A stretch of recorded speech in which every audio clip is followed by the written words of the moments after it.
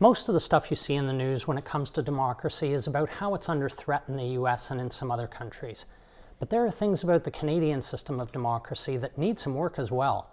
And in this video, we're going to talk about one of them, proportional representation, and why it might just be an electoral system that is more fair to more people. Democracy in Canada. We've been rated as one of the freest countries in the world, 15th in 2023, and that's partly because we take freedom and democracy seriously. Sure, Canada has our share of idiots, like this bunch, who back in 2022 were campaigning to usurp our elected government. And yes, one of our former prime ministers leads an organization that has democracy in its title, but he sure likes to cozy up to dictators. But for the most part, we're a sensible bunch. Our elections really are free and fair to the vast majority of people. And while we have some kinks to work out with the current system of providing easy access to voting, we do a decent job, regardless of whether or not we like the outcome of the elections. But it ain't perfect, that's for sure. Canada's system of electing our members of parliament is a winner-take-all system, or first-past-the-post. So what's the problem with first-past-the-post system Canada uses? It's actually only a problem for you when your preferred party loses power. Otherwise, a lot of people might be tempted to think that whatever gets the good guys in, that's what we should be doing. But shouldn't an ideal democratic system be about truly representing the wishes of the electorate? One of the biggest problems with first-past-the-post is the popular vote doesn't necessarily win government. Looking at the results from the past 3 federal elections in Canada shows that the Liberals won all 3 elections and formed government because they won the most seats. But in only one of those 3 elections did they win the popular vote. In the 2021 election in particular, the Liberals won 32.6% of the vote, yet formed government.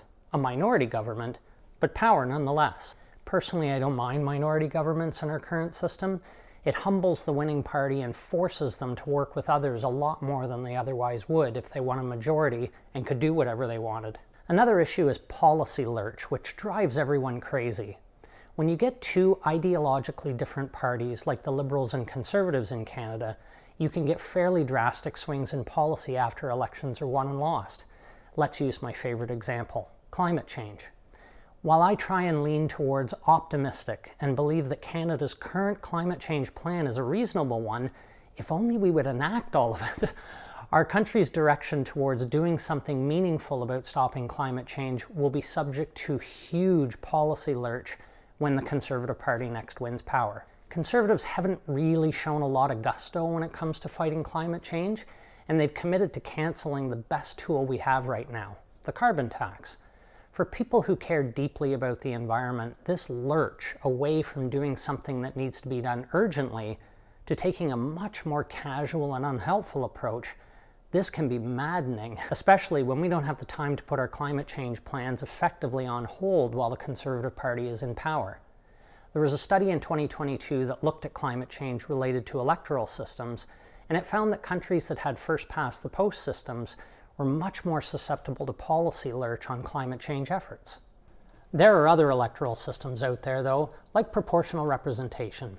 Basically, this system says that the percentage of seats a party has should match the percentage of the votes they received in the election. Going back to our example of the 2021 election, the Liberal Party received almost 33% of the votes, so under proportional representation, they would win 33% of the seats. In its coverage of the 2021 election, CBC produced this graphic showing what the seat count would look like under a proportional system. The approach to elections using proportional representation is a bit more complicated than that and has a number of different but smaller parts to choose from. There's mixed member proportional, single transferable vote, rural-urban proportional, open list proportional, and a few others I can't think of right now. There's an organization called Fair Vote Canada that has a great website to explain all of this in more detail if you're interested in a better explanation. Link to that's in the sources section of the description. What proportional representation systems ensure is that cooperation and compromise is standard. The Canadian legislature would be more regionally representative of what Canadians want. It would drastically cut down on people strategically voting to prevent the Conservative candidate from winning. Or I guess any other candidate too. Justin Trudeau promised that in the 2015 election it would be the last using first-past-the-post system. He's since backed away from electoral reform, But why? What are the downsides? Well, one is tradition. Change is hard, as we all know, and Canada has used the first-past-the-post approach for all of the 156 years the country has existed. It would be a pretty big cultural shift for us. The question about switching to a proportional representation approach has been asked a couple of times in Canada. There was a referendum in Ontario in 2007 with a pretty clear no verdict from the province. There was another referendum in BC in 2018 which resulted in another no vote. And there was a court challenge launched in 2019 by citizens groups in BC and Nova Scotia, but it got a negative ruling by a judge in November 2023. They're appealing that though. And more recently, there was an effort at the federal level when Motion 86 was introduced by an NDP MP and it was seconded by a few Liberals.